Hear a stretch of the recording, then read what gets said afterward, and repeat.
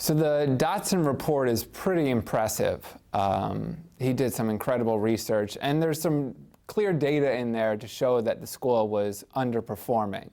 And of course, there were the safety issues, which could have been possibly the biggest thing for actually, parents wanting their children to leave.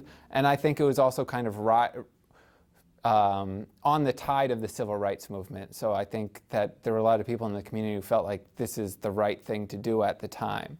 The report itself speaks of just kind of miscellaneous issues within the building. And I think that was the main push for the vote to rebuild the school, was because there were just a crumbling old infrastructure for the building that needed to be updated. Yeah.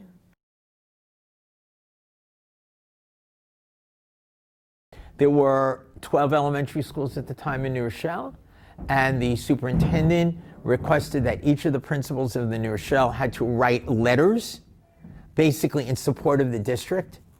And much of that was done as a reaction piece to a sociological study done by the very eminent African-American sociologist of Columbia University, Kenneth Clark.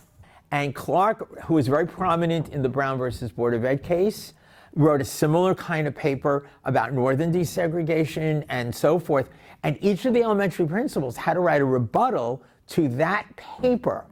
And they're all in the evidence boxes.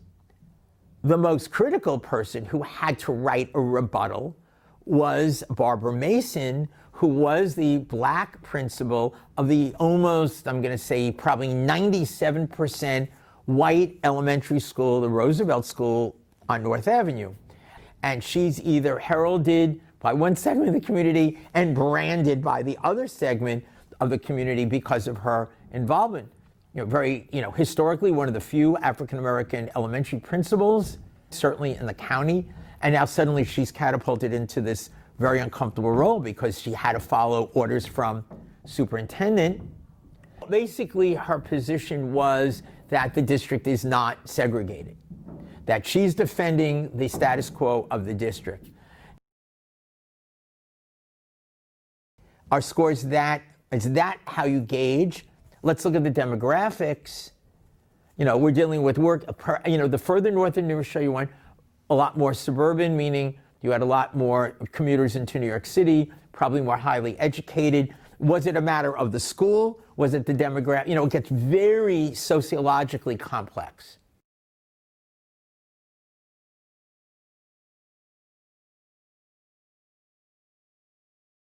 Life magazine really blew up the situation, and then the court case began. The first time we went to court, I went twice to court. The first time, and the judge's name was Kaufman.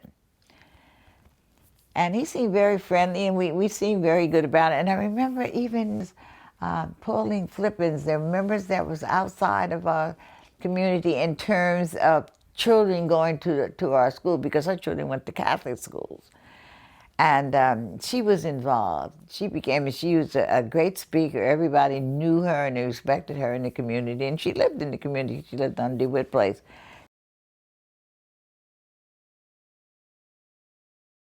Mama used to dress us alike when we had to go downtown to court. And we used to have our little white socks on, and our hair done. And we all, I remember taking pictures in front of the courtroom down in the city. You remember that time? But I don't remember who has those pictures, but I remember taking pictures, and we was all down there. I think that was the first time we went down to court in the city, and all of the kids got to go. I don't think we went too much. I don't remember going too much. Do you remember? What was court? What am I It was big. It was just a big, gigantic room with all these people in there, and that's kind of all I can remember. You remember anything about the court? Not really. Did you get to see the judge? There? Yeah, we saw the judge, but we didn't speak. We didn't have to speak. I think only Mr. Zuba spoke.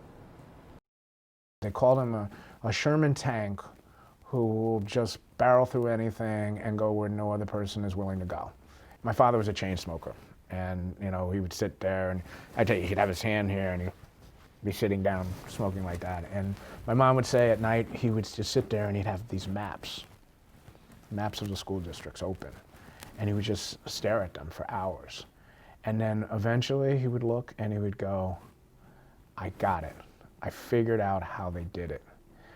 And his thing was, and I remember him telling me this, his thing was, he always could figure out how they drew the district line a certain way so they could make sure that blacks were kept in one area and the whites were kept in another area.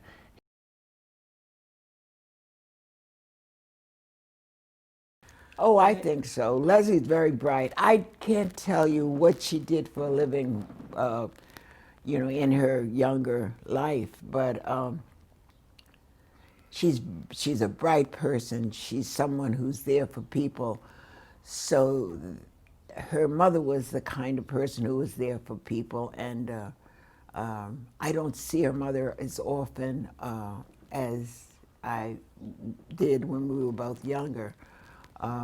But I know that in her heart, even though she's not as active, that she still cares about the fact that she made a difference.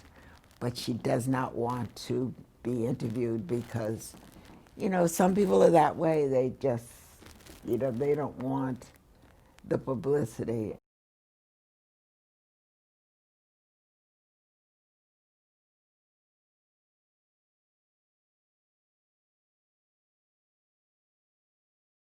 He used to always, she used to say, you know, your dad would come into court and he would have one of those folders, legal folders that he'd buy from Woolworth, you know, because Woolworth was around at that time, and he would have one of those legal folders that they'd get from Woolworth, and that's all he would bring into court. And then you would have these big, high-powered lawyers would come in with all these, you know, briefcases and legal books. My father had a photographic memory. You know, he was an incredibly bright man. I think that made the courtroom a very easy place for him.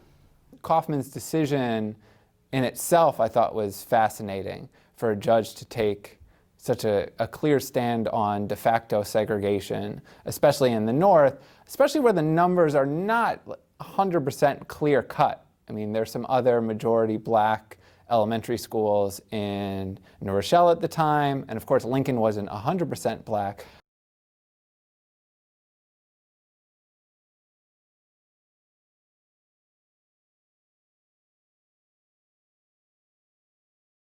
The Board of Ed said you can take a test, and if you qualify, you can move across from, say, 3rd grade at Lincoln to 3rd grade at Ward if you can prove that you are good enough. And that commentary, and my kids, when they hear that, I actually read a document, they like, well, that's like saying that the school isn't even.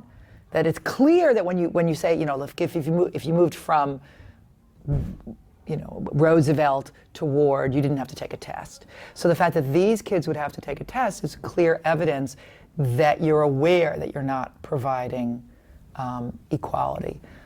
Judge said, Kaufman was his name, we have a problem. It's a math problem. When initially he said we had 145 seats. Now the Board of Education is telling the court they don't know what happened to those seats. So he said, the parents, you stay home. I want the parents to stay home, and I want the Board of Education and I will meet, and we're going to discuss this math problem, because he wanted to know what happened suddenly to those 145 seats, where did they disappear? Well, there were a lot of kids to fit in, and so they divided them amongst the schools that were available. And Webster and Mayflower were pretty crowded, so they couldn't take too many more. But the North End was not as populated. It was sort of newer and just opening up, so that was not as populated. And they could fit some of the kids up there as well. Okay. Naturally, I got the news, you know, that the judge agreed with us and that the school would have to open up. But then the Board of Education fought that, and it went to the Supreme Court.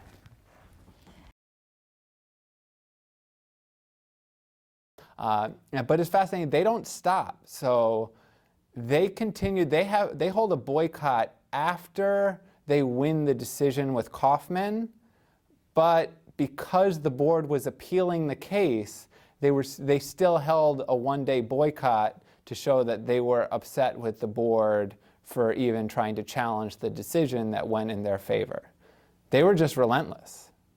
And so the NAACP and the Negro Defense Fund said, we're going to help you out. And so they brought in two heavy hitters, Thurgood Marshall and Constance Baker Motley, who later became one of the, I guess, federal court judges in Lower Manhattan.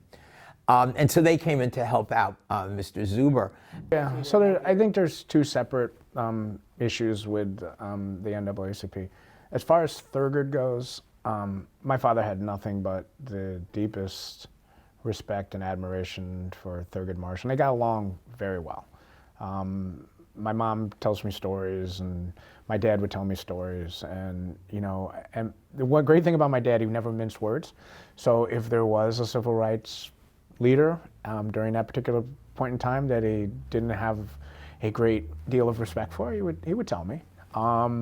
But he had a great deal of respect for Thurgood. I think the issue there was primarily, all of a sudden Dad wins this case in New Rochelle, and it becomes the basis for every other case in the North. Now everybody sees it. Now everybody sees what he was talking about, this kind of boardroom, Madison Avenue sort of ability to put our children into inferior schools. And so everybody wanted to go after the Northern cases. But my father, again, was a very independent person. He was a very independent thinker. He did not necessarily do well with the organized team, you know, go team, let's think it out, let's do it this way. He had a certain way he wanted to do things. And I think the NAACP had a strategy. They had a strategy as to how they wanted to attack desegregation in the North. And I think my father's independence abutted against that strategy that the NAACP had. And so that's why the NAACP looked to take over the case at that point in time. The focus of the NAACP at that time was the South, because it was much more in your face. It was much more, you know, there for everybody to see, you know, dogs being turned on protesters and fire hoses being turned on protesters. And everybody sort of had this perception of the North as, well, you know, it's not really, racism really doesn't go on there. It's not like the South. We don't have Jim Crow. But in a way we did.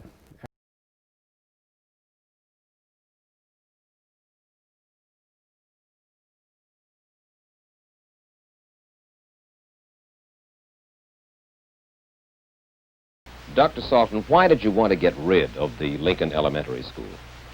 Because the Lincoln School had become a hated symbol of segregated education to the Negro leadership of this community. And so you and the Board of Education decided simply to wipe it off the face of New Rochelle? That was correct. This whole process of getting rid of the Lincoln School and busing the students to the other schools around town must have cost New Rochelle a good deal of money, didn't it? No, strangely enough, it saved us a good deal of money. Because of the small size of the Lincoln School and the age of the structure, the school had been built before the turn of the century. The operation of the Lincoln School had cost us an extra $100,000 a year. Since the busing of the children is costing us only $7,000 a year, we're making a $93,000 profit